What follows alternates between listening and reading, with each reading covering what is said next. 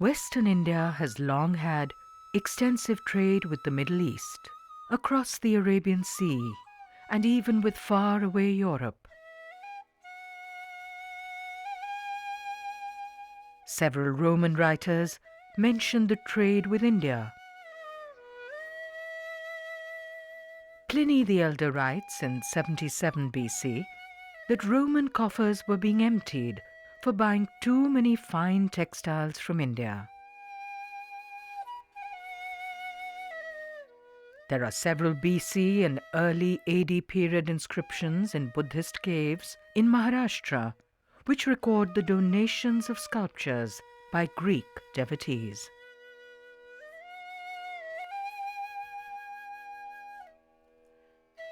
The art of Rajasthan and Gujarat in Western India over the ages reflects the cosmopolitan heritage of this region. The sculptures of the 6th century, found at Shamalaji in Gujarat, display a rich synthesis of styles. The languid and graceful postures continue the tradition established in the earlier Gupta period. The treatment of the heavy folds of drapery recalls the art of Gandhara in the northwest of the subcontinent.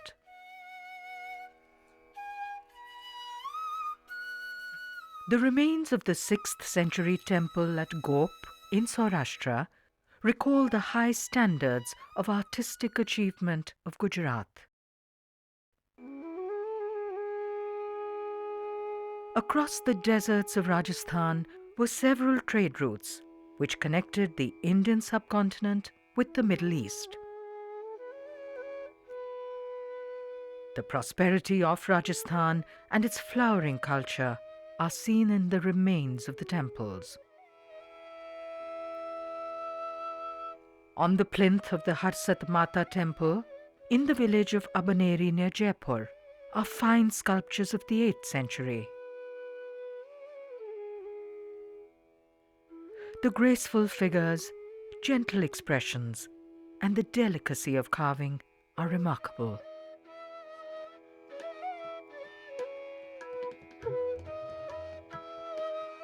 "16 temples of the 8th and 9th century stand at Ossian, which would have been a flourishing city in its time.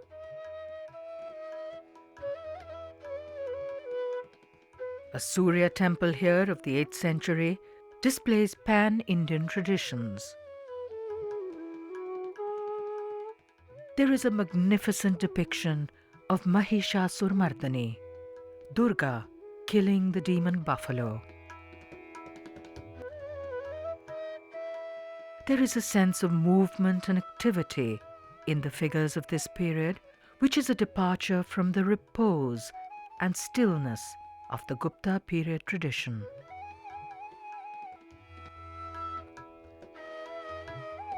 A number of 8th century temples here are dedicated to Harihara, who represents a synthesis of Vishnu and Shiva. The fine carvings convey the liveliness and animation of the art of this period. There is a Jaina temple made originally in the 8th century at Ossian. There are exquisite sculptures here. In Indic philosophy, the beauty and grace of the art is of fundamental importance. It is to awaken the grace which is within us and to keep us reminded of the divinity which underlies all of creation.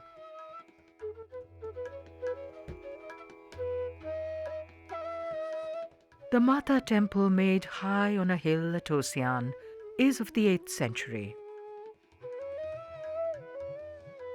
The sculptures from its earliest periods have a lilting grace which transports us.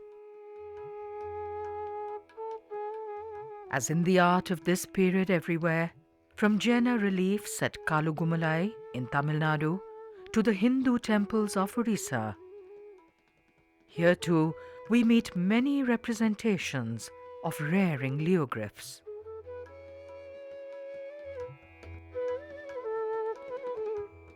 These fearless creatures remind us of the courage within us, with which we must face the obstacles on our path towards knowledge.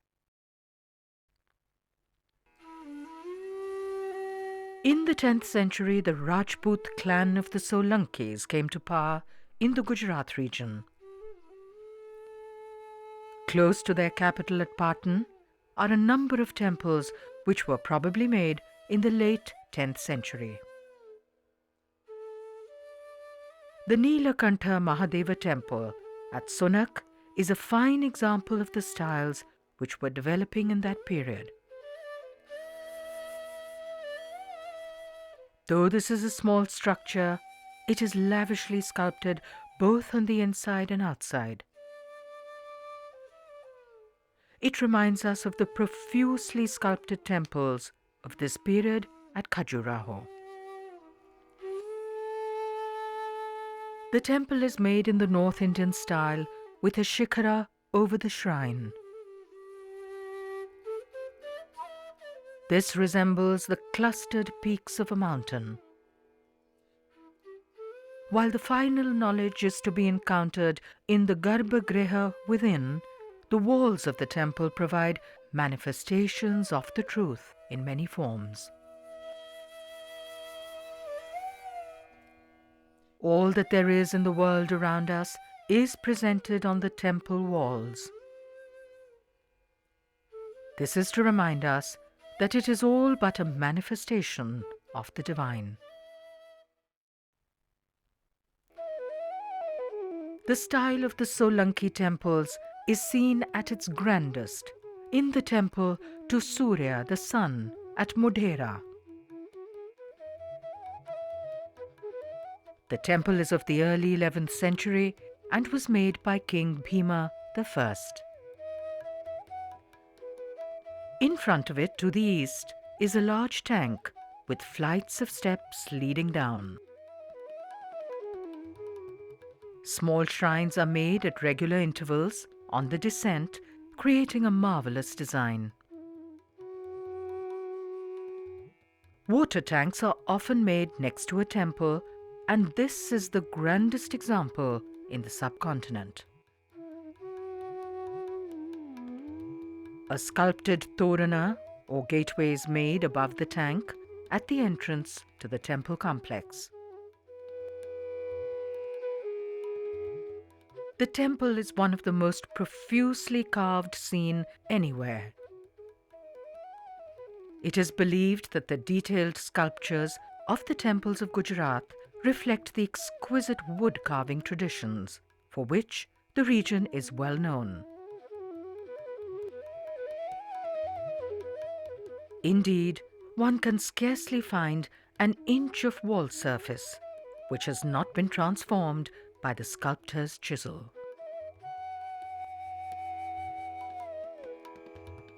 Unfortunately, the stone has been considerably weathered and damaged over the years. However, the original beauty of the sculpture is still apparent.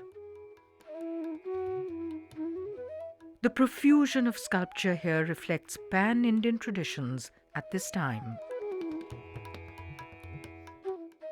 A grand torana, or gateway of a temple of the early 12th century, survives at Vadnagar, not far from Patan. Here too, the detailed and fine work is reminiscent of carvings on wood, which is much easier to work upon.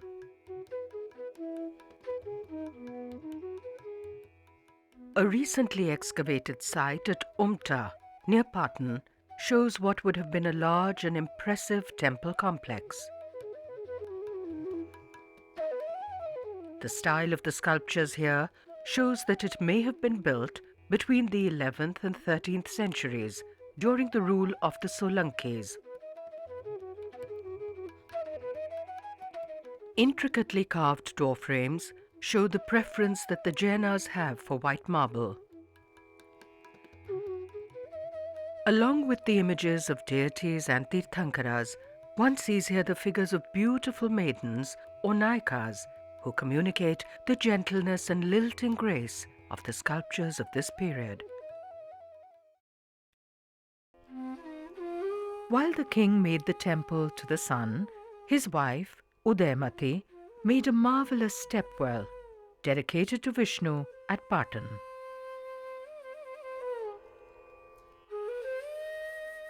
As we walk down the steps to the water, on either side is a world of sculpted forms. It is a journey similar to the parikrama or circumambulation of the temple. The walls and pillars present the world of forms around us. We see these here in their true context as a manifestation of the divine who lies at the end of our journey through the stepwell.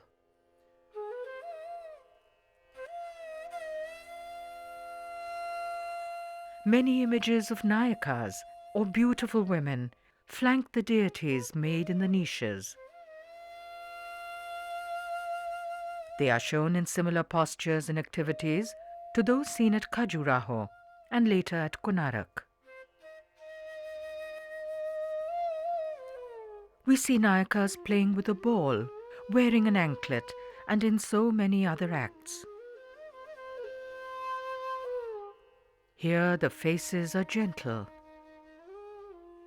They are not shown as impersonal forms, but are infused with an inward look and a deep warmth.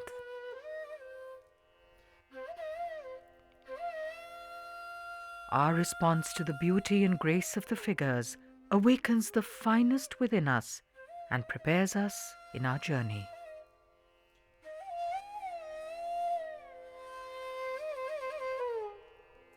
At the deep end of the well, far from the noise and clamour of the material world, we face Vishnu.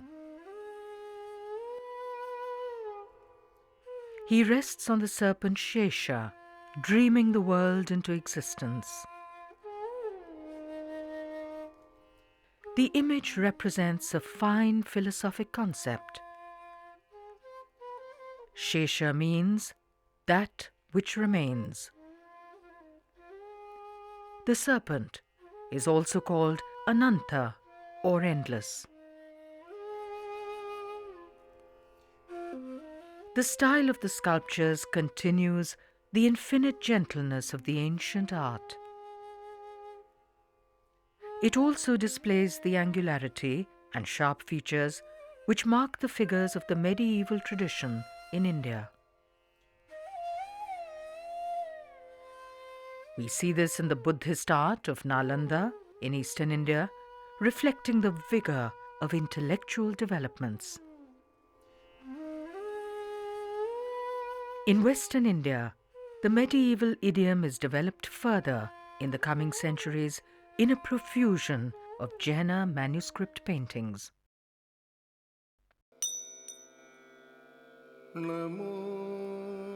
Among the communities which prospered in western India were the Jainas.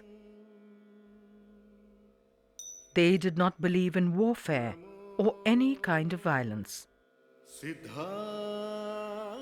They mainly engaged in peaceful trade. The trade routes that crossed Gujrat and Rajasthan made it a region where the Jainas flourished. In Indic beliefs, it is most important to take time off from one's worldly attachments to seek peace of mind and the stillness within. Over the centuries, the Jainas made many places of pilgrimage, which were located far from the cares of the mundane world. As in other Indian faiths, the basis of Jainism is ahimsa or non-violence and tapa or meditation.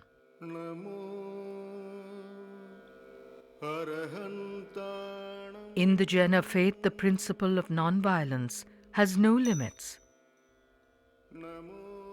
They even decry forceful arguments as a form of violence.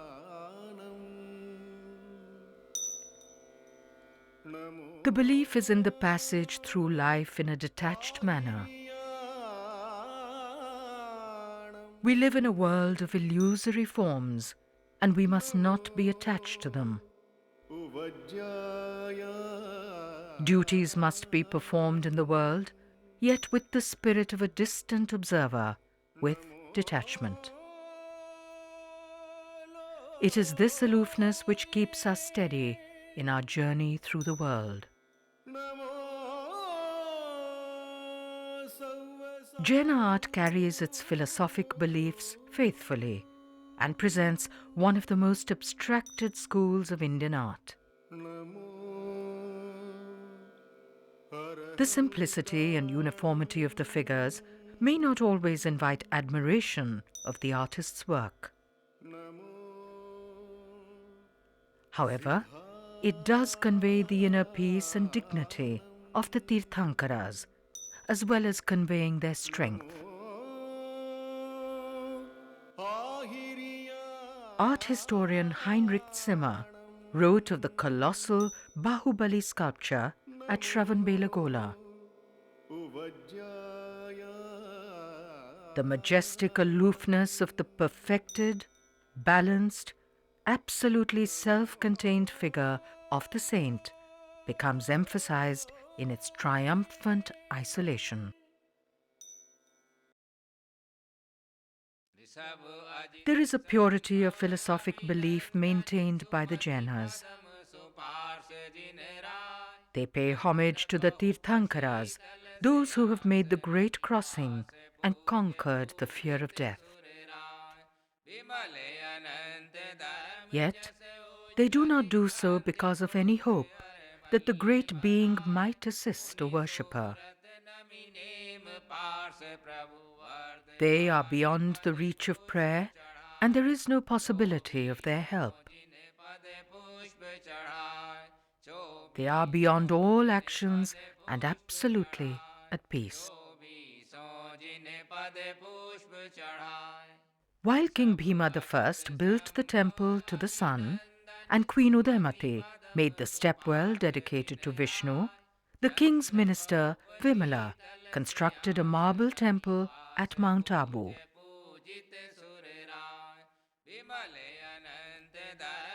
He built this to honor Adinatha, the first Jaina saint. This marvelous tradition of the coexistence of all faiths has been seen since the earliest stupas and temples in the subcontinent. Several Jaina temples were made here in succeeding centuries. We see the tradition of temples made of white marble continued at the Chaumukha temple at Ranakpur in present-day Rajasthan. The temple is nestled amidst low hill ranges far from any town. It was made in 1439 AD, and, in an unusual instance, the architect's name Deepaka is inscribed on a pillar here.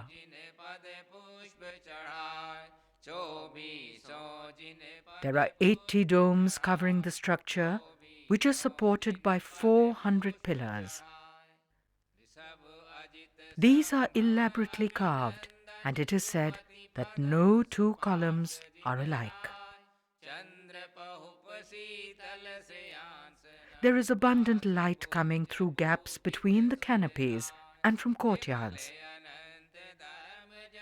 This highlights the fine carvings and the effect of the spacious interior.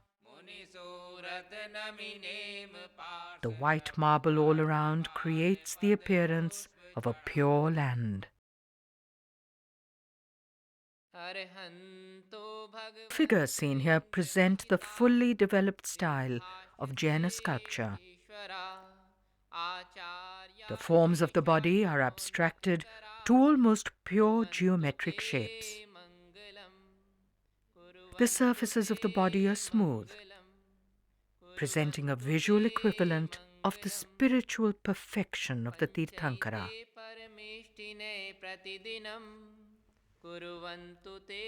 Unlike the icons, the subsidiary figures are animated. Female musicians twist and turn in space. The quality of abstraction remains. The limbs have a rod-like appearance, and there is an angular geometric quality to the poses. Every ceiling, known as a vitana or canopy of the heavens, is unique and exquisitely carved. There is a profusion of foliate and geometric motifs and figures. The work is so intricate that it has often led to the suggestion that the sculptors were paid according to how much stone they removed. Indeed, the work is deeply undercut and finely detailed. One of the greatest expressions of the Jaina faith is the temple city of Palitana on Shatrunjay Hill, 35 kilometers from Bhavnagar in Gujarat. The Adinatha temple here was first built in 960 AD and rebuilt in the year 1530. This sacred space, created on two peaks with a valley in between, displays the continuing spirit of devotion.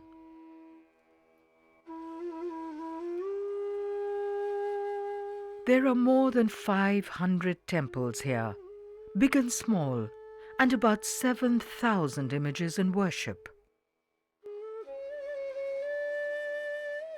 It is an enchanted world where it is the spirit within which is glorified. Jainas seek here a realm of detachment from their daily concerns and material desires.